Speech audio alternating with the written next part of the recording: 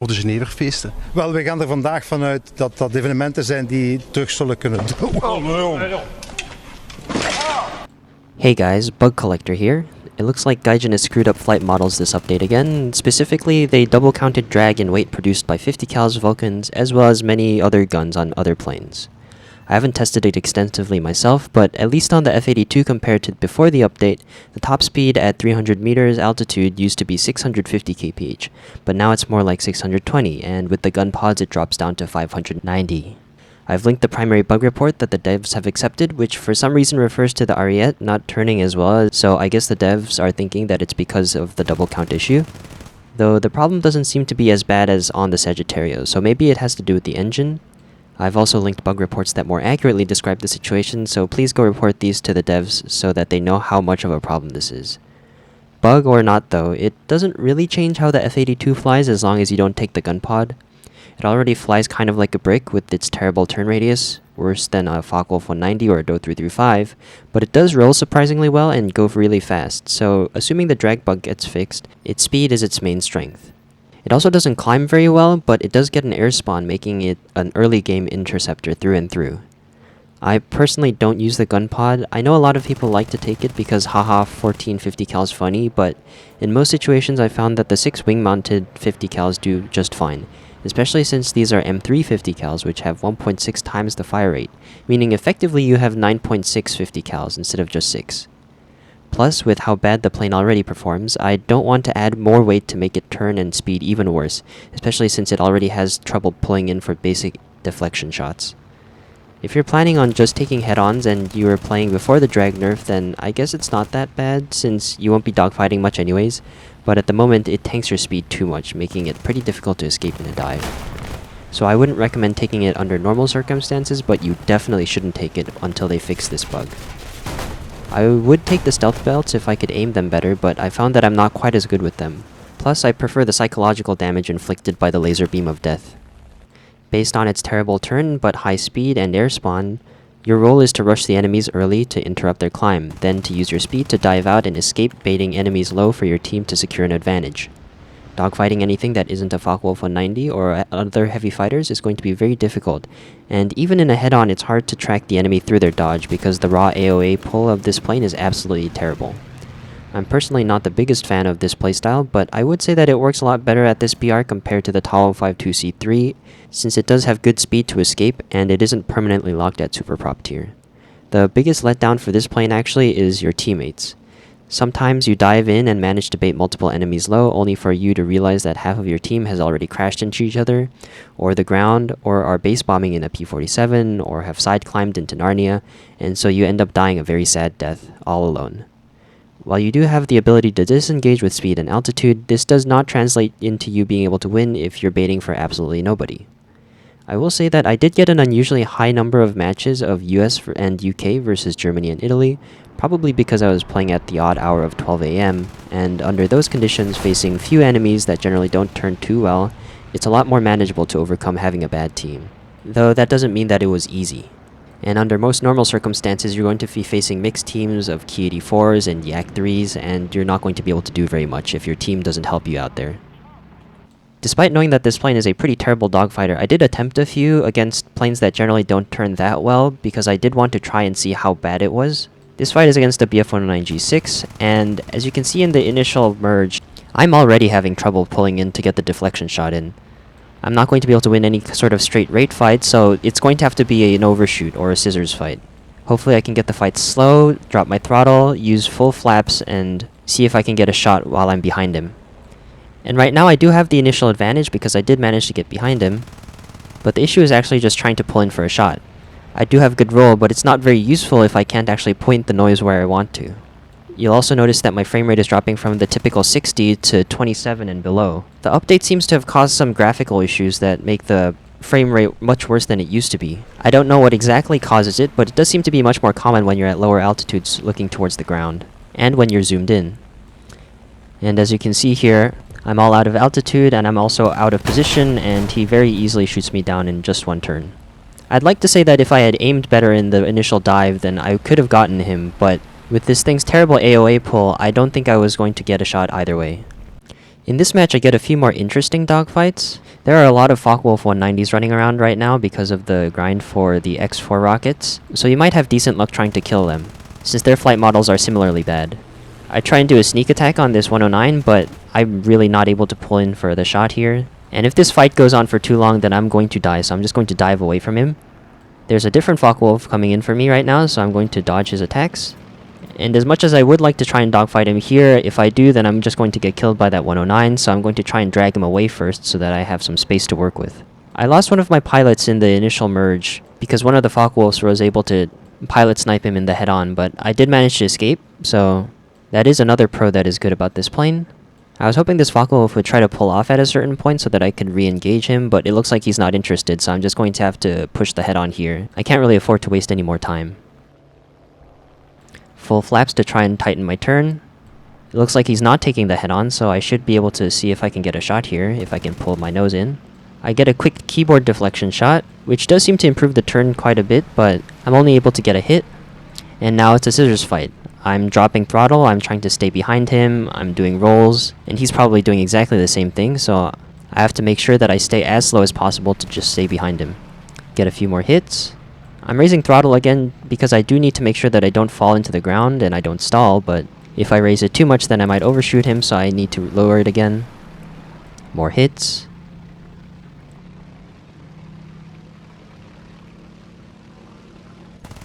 It looks like those went under him.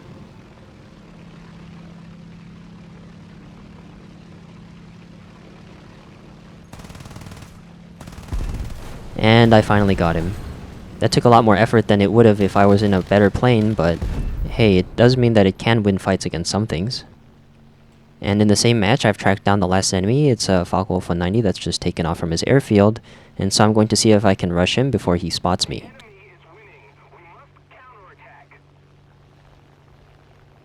It looks like he sees me, so I'm going to go for the head-on.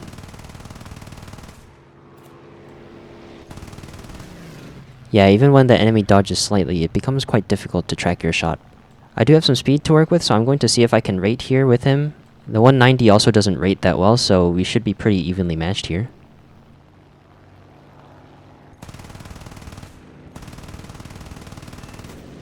Looks like I crit his fuselage, and I should be able to get on his 6 using the same method as before, dropping throttle and lowering flaps. And even though the game didn't say that I got a hit, it looks like I set him on fire, so he should be going down here. More unregistered non-hits. And he's put the fire out, so I do need to put him down before he RTBs.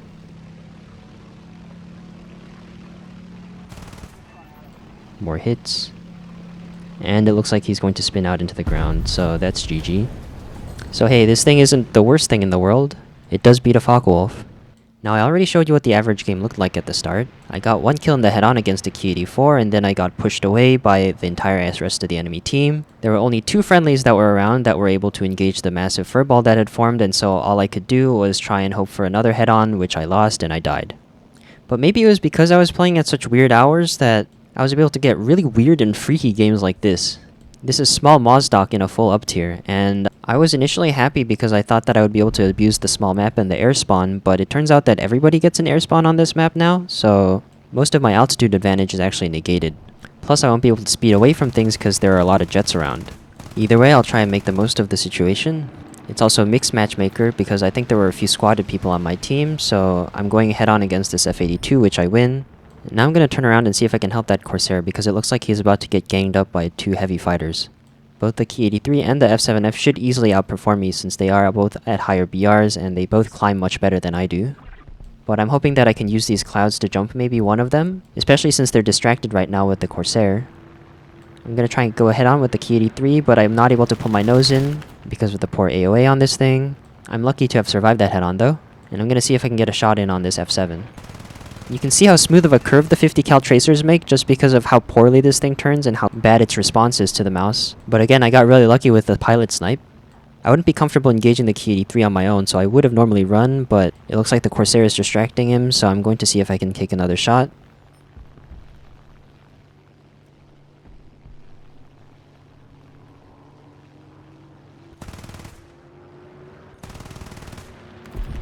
No hits again, but it looks like the Corsair was able to take care of him. It's good that we managed to 2v1 while we had the chance. This A26 is presenting as a free kill, so I'm just going to take him out as quickly as I can. I take a few hits, but it's not anything critical. I'm just hoping it doesn't make my nose authority more unstable. And now there's a Q84 coming in. Typically one of those would rinse me, especially since I'm lower than him, but since I've got teammates, I'm going to push the head-on as much as I can. I'm not sure if he's going for an energy trap right now or if he's going to pitch down for another head-on, but I'm going to see what I can do here.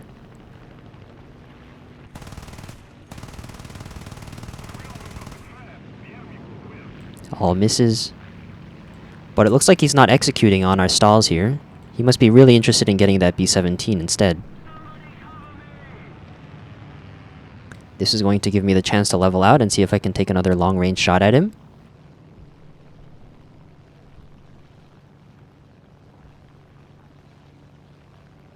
I'm really not sure what this guy's thinking. Maybe he just needs bomber kills for a task or something?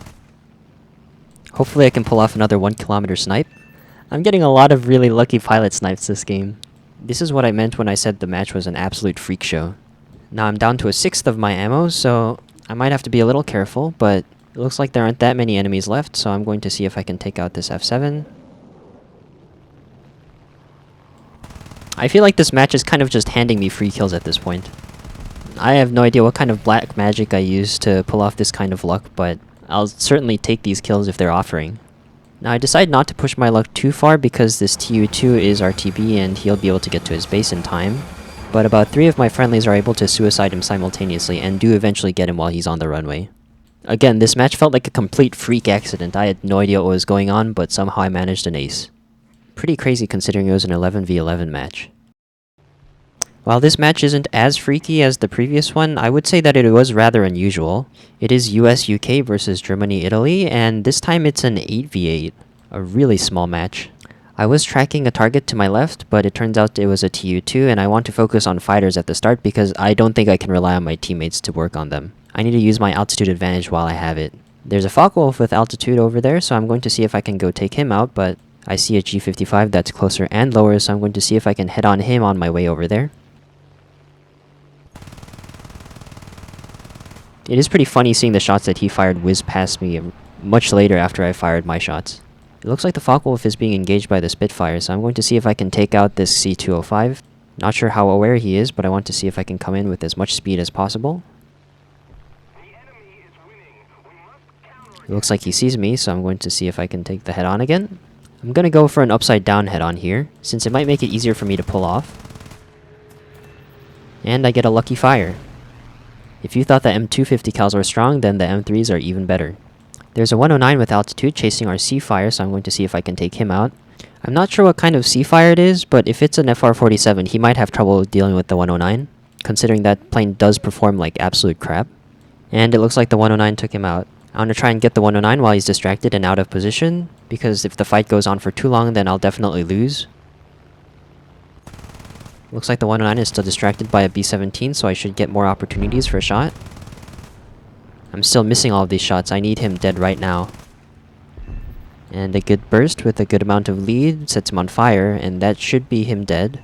So far the kills that I've gotten were 2 head-ons and 1 lucky kill on a distracted enemy. There's an ME410 that's been ground pounding, and I'm thinking I'll make him my next target, since it looks like that Spitfire is chasing that Focke-Wulf off into Narnia. And if you need an indicator for how good the US teammates are at this BR, you can see that T-47 is going after the parachute of the dead BF-109. I don't know what he's thinking. Now I'm pretty sure I saw that ME410 around here, and he should be showing up pretty soon.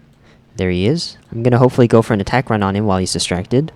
And again, you can see while I'm zoomed in close to the ground that my frame rate is dropping to 30 frames per second. I don't know what the issue is. It must be something to do with the level of detail taking too long to load in or something. I don't know. Either way, now this ME410 knows that I'm coming because I missed all of those shots. Hopefully I can dodge his shots while I make mine land.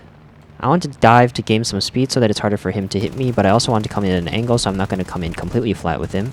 And there's the Severe. I'm getting a little bit of a water leak, but I should be fine for now. And very conveniently, the TU2 shows up in front of me, so I'm going to go after him as well. He's going quite fast, so I am leading the flight path of my aircraft to make sure that I can intercept him. P-47 is on him as well. I'm going to see if I can take the kill. It is a Dash 59, so he does have a 20mm in the back there. And even though he's been severed, he manages to put quite a few shots into me, taking my right engine out. Now I need to RTB. The strategy here is that because my left engine is also overheating and is going to die soon, I need to gain as much altitude as I can while I have this engine that I can burn up. And once it dies, I'm going to try and glide as far as I can to get to my airfield. Actually, it looks like I should be able to make it before my engine completely dies. That's reassuring. What is slightly less reassuring is that it looks like that Focke-Wulf that the Spitfire was chasing for the whole match is now heading towards us based on his contrail. So if he sees all 4 of us landed on the runway, that's going to be 4 easy kills for him. Hopefully he doesn't come this way. Okay, the contrail just disappeared, so that means he is diving this direction. Okay, he's actually coming in right now. That is bad news. I would have landed at the main airfield, but I did not have the engine power to make it there, so this is how I pay for it, I guess. I might be able to repair before he gets here, so if that's the case, then I'll J out and see if I can take off when he's not looking at me. That won't make this fight any easier, but it'll at least save me for the time being. Looks like at least the Spitfire next to me had the same idea, but the P-47 next to us was not lucky enough. One of our P-47s did manage to take off though, so hopefully he's able to turn back and re-engage. I might be able to buy him some time by respawning and J'ing out, which might be able to bait the Focke-Wulf. But it's kind of hard to tell if you have to look through your airplane to see what he's doing, and I'm not sure if he's diving down on us. Yeah, it looks like he's going for that P-47 instead. I'm gonna have to use this as an opportunity to take off. If he goes up again and dives down on us, then we're screwed. This plane is pretty fat, so it's going to take a while for me to get up to speed to be able to do anything. So this is an extremely dangerous situation to be in. Hopefully the Spitfire can cover. It does look like that Focke-Wulf is flying away for now though, so it does give us a brief amount of breathing room to be able to re-engage him. This is the worst kind of head-on I could try to do. I'm going extremely slow, and so it should be very easy for him to hit me. But it looks like that Spitfire is distracting him, so I'm going to have to take the shot. And that's a fire. It's likely a fuel fire because it didn't give me a crit, so we're going to have to turn around in case he puts that fire out. Hopefully the Spitfire can finish him off. And that's game. I would say this match didn't feel as much of a freak accident as the last one, but definitely incredibly unusual. I have no idea how this game managed to happen this way, but 6 kills in an 8v8 game? That's about as good as I could have asked this game to go. Also, to add on to the list of bugs that we've been experiencing this update, the end screen and the leaderboard sometimes give you the wrong number of kills. Here you can see it says 5, but if you know how to count and you also look at the final statistics screen, it's going to say 6. Really weird. Anyways, that's all for now. Bye bye.